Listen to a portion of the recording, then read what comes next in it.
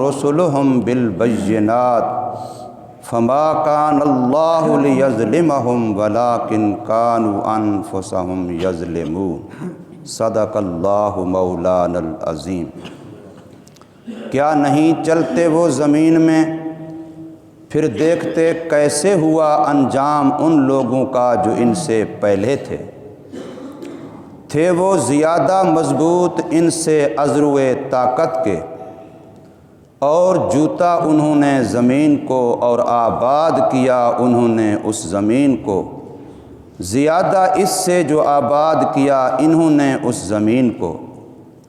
اور آئے تھے ان کے پاس ان کے رسول واضح معجزات کے ساتھ،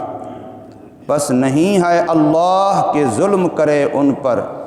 لیکن وہ لوگ اپنے آپ پر خود ہی ظلم کرتے ہیں۔ سورہ روم کی آیت نمبر 9 آپ حضرات کے سامنے پڑھی گئی اور ترجمہ ہوا ہے۔ اللہ تبارک و تعالی انسان کو دنیا کی حقیقت یاد دلاتے ہوئے آخرت کی طرف متوجہ فرماتے ہیں کہ دنیا کے نقشے، دنیا کی چیزیں جو ایک دھوکہ ہیں، انسان کی آنکھ دل دماغ ان میں اٹک جاتا ہے اور انسان اسی کو سب کچھ سمجھ بیٹھتا ہے کہ میں نے مکان اچھا بنا لیا تو بس کامیابی حاصل کر لی، میں نے ملازمت بڑی اور اچھی حاصل کر لی تو میں نے کامیابی حاصل کر لی، میں نے ذرائع وسائل آمدنی کے معاش کے اچھے بنا لیے تو بس میں کامیاب ہو گیا۔ تو اللہ تبارک و تعالی فرماتے ہیں کہ اب پہلے لوگوں کے حالات تمہیں معلوم نہیں ہیں؟ جو لوگ، جو قومیں، جو خاندان، جو کنبے، جو قبیلے تم سے پہلے گزرے ہیں ان کو پڑھو، ان کو دیکھو، ان کے حالات تمہارے سامنے ہیں۔ میں نے کل عرض کیا تھا کہ ایک ہوتی ہے سیر انفسی، کہ بندہ اپنے وجود میں خود غور کرتا ہے، اس سے اللہ کو سمجھتا ہے، اور ایک ہوتی ہے سیر آفاقی، کہ انسان دنیا جہان کے اندر غور کرتا ہے، سوچتا ہے، دیکھتا ہے، اس سے اللہ تبارک و تعالی کی قدرت اور اس کی ذات سمجھ آتی ہے۔ اللہ تبارک و تعالی فرماتے ہیں اولم یسیروا فی الارض، یہ مکے والے جن کو محمد صلی اللہ علیہ وسلم کا پیغام دین سمجھ نہیں آ رہا، اولم یسیروا، کیا نہیں چلتے وہ، دنیا کی سیر نہیں کرتے، دنیا میں دیکھتے نہیں ہیں؟ فینظروا کیف کان عاقبۃ الذین من قبلہم، پھر دیکھتے وہ اپنی آنکھوں سے وہ کھنڈرات، وہ گاؤں، وہ بستیاں، وہ محلات، وہ جگہیں جہاں کبھی ان سے پہلے قومیں آباد ہوا کرتی تھیں، لوگ آباد ہوا کرتے تھے، ان بستیوں میں بھی چہل پہل ہوا کرتی تھی، وہاں بھی بازار کاروبار ہوا کرتے تھے، اور آج وہ کھنڈرات بنے پڑے ہیں، عبرت کا نشان بنے پڑے ہیں۔ قوم لوط کی بستیاں، قوم عاد کی بستیاں، تو ان جگہوں پر یہ لوگ نہیں چلتے پھرتے، آتے جاتے دیکھتے؟ فینظروا، پھر دیکھتے وہ کیسے ہوا انجام ان لوگوں کا جو ان سے پہلے تھے، اور جو لوگ ان سے پہلے تھے کانوا اشد منہم قوہ، جسمانی طاقت کے لحاظ سے،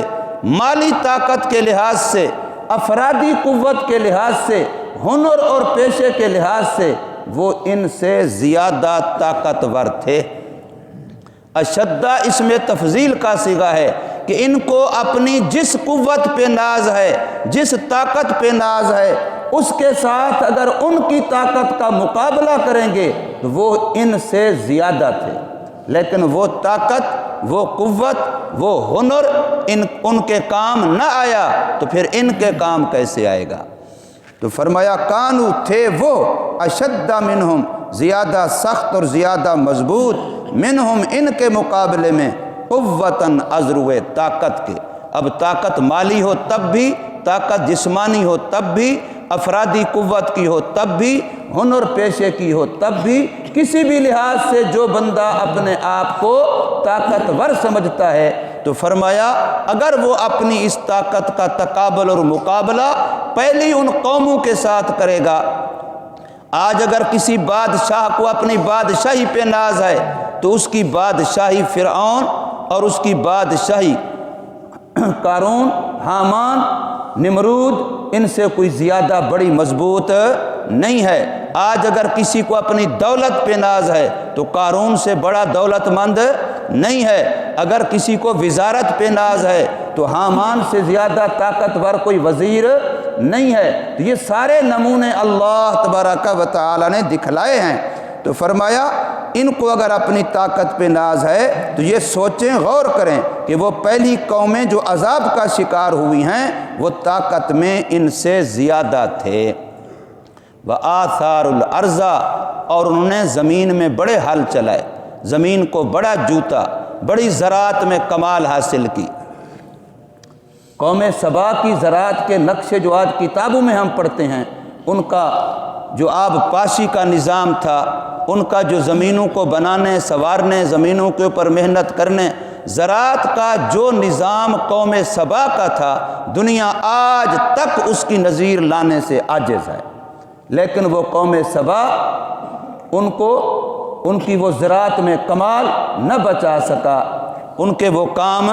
نہ آیا۔ حضرت سلیمان علیہ السلام کے زمانے میں آپ نے یہ بار بار پڑھا کہ ملکہ سبا کی خبر آ کر کے ہدہد پرندے نے دی کہ قوم سبا ہے، کھاتی رب کا ہے لیکن سجدہ کسی اور کا کرتی ہے۔ تو حضرت سلیمان علیہ السلام نے ان کی اس وقت کی بادشاہ جو عورت تھی بلقیس نامی، اس کا تخت اٹھوایا اور وہ خود آئی اور پھر مسلمان ہوئی۔ تو بہرحال اللہ تبارک و تعالی فرماتے ہیں وَآثَارُ الْأَرْضَ، ان پہلے لوگوں نے زمین میں بڑے حل چلائے تھے۔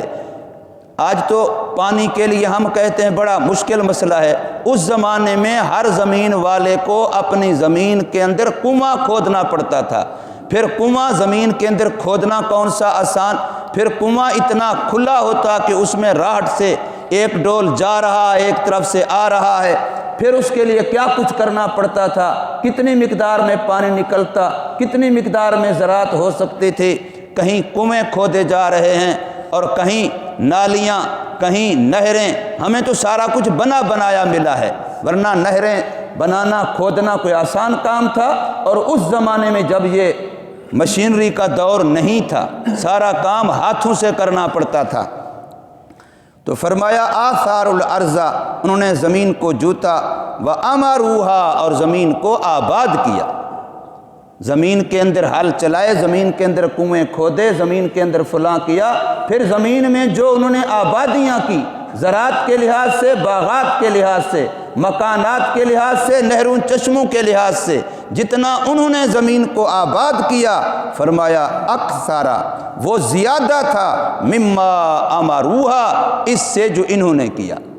جو اس زمانے میں لوگوں نے کیا، فرمایا وہ آباد کرنا، وہ زمین پر محنت کرنا ان سے زیادہ تھا۔ لیکن باوجود اپنی ان ساری محنتوں کے، ان ساری دنیاوی زہری ترقیوں کے، پھر بھی وَجَاءَتْهُمْ رُسُلُهُمْ بِالْبَيِّنَاتِ، اللہ کی طرف سے بھیجے ہوئے رسول، پیغمبر، خدا کے نمائندے اور قاصد ان کے پاس آئے اور معجزات لے کے آئے، اپنی حقانیت کے دلائل لے کے آئے، اللہ کی قدرت کی نشانیاں لے کر کے آئے، لیکن ان لوگوں نے ان کو نہ مانا۔ تو اب نہ ماننے کے بعد وہ زراعت کی ترقی، وہ دنیا کے نقشوں کی ترقی، وہ ان کو نہ بچا سکی۔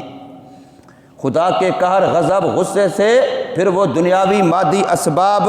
نہ بچا سکے۔ فما کان اللہ لیظلمہم، اس ساری کچھ محنت کے بعد جب وہ تباہ و برباد ہوئے تو یہ مت سمجھنا کہ اللہ نے ان پر ظلم کیا ہے، اللہ ظلم نہیں کرتا، اللہ اپنی مخلوق پر ظالم نہیں ہے، اس نے تو مخلوق بنائی ہی پیار و محبت کے لیے، اس نے تو ساری کائنات کے سارے نقشے بنائے ہی اس لیے ہیں کہ اپنی رحمت کا، محبت کا، مغفرت کا اظہار کرے۔ فما کان اللہ لیظلمہم، بس نہیں ہے شیان شان اللہ کے کہ ظلم کرے ان پر، ولیکن کانوا انفسہم یظلمون، لیکن لوگ اپنے آپ پر خود ظلم کرتے ہیں۔ جب وہ رب کائنات کے حکموں کو توڑتے ہیں، اپنے زندگی کے مقصد کو بھول جاتے ہیں۔ ایک بھینس رکھی دودھ دینے کے لیے، اگر وہ دودھ نہیں دیتی تو کل چھری کے نیچے ہوتی ہے، تو یہ کبھی نہیں سوچتا کہ میرے بنانے کا بھی ایک مقصد ہے، میرے بھی دنیا میں آنے کا ایک مقصد ہے۔ اگر تیری بنائی ہوئی کوئی چیز جس مقصد کے لیے تو نے بنائی وہ مقصد پورا نہ کرے تو اسے پھینک دیتا ہے اور اسے بگاڑ دیتا ہے، اسے توڑ دیتا ہے۔ تو رب کائنات نے تجھے بنایا، اس کا بھی کوئی مقصد ہے، تو کوئی بے مقصد نہیں بنا۔ کیا انسان نے خیال کر لیا ہے کہ ہم نے اسے عبث بنایا ہے؟ افحسبتم انما خلقناکم عبثا، کیا تم نے یہ سوچ لیا سمجھ لیا کہ اے بنے بس مر جائیں گے مٹ جائیں گے، مٹی پر محنت کرتے کرتے، مٹی سے بنے مٹی پر محنت کرتے کرتے مٹی میں چلے جائیں گے؟ بھلا یہ بھی کوئی انسان کی زندگی کا مقصد ہے؟ انسان تو اشرف المخلوقات ہے، خدا کا خلیفہ، خدا کا نمائندہ ہے۔ اس لیے فرمایا جب مقصد زندگی کو چھوڑتے ہیں تو یہ اپنے آپ پر ظلم کرتے ہیں اور پھر ان کے ظلم کی سزا ان کو ملتی ہے۔ وَلَٰكِنْ كَانُوا أَنفُسَهُمْ يَظْلِمُونَ، لیکن وہ لوگ اپنے آپ پر ظلم کرتے ہیں۔ اللہ تبارک و تعالی ہمیں سمجھ نصیب فرمائے، عمل کی توفیق دے۔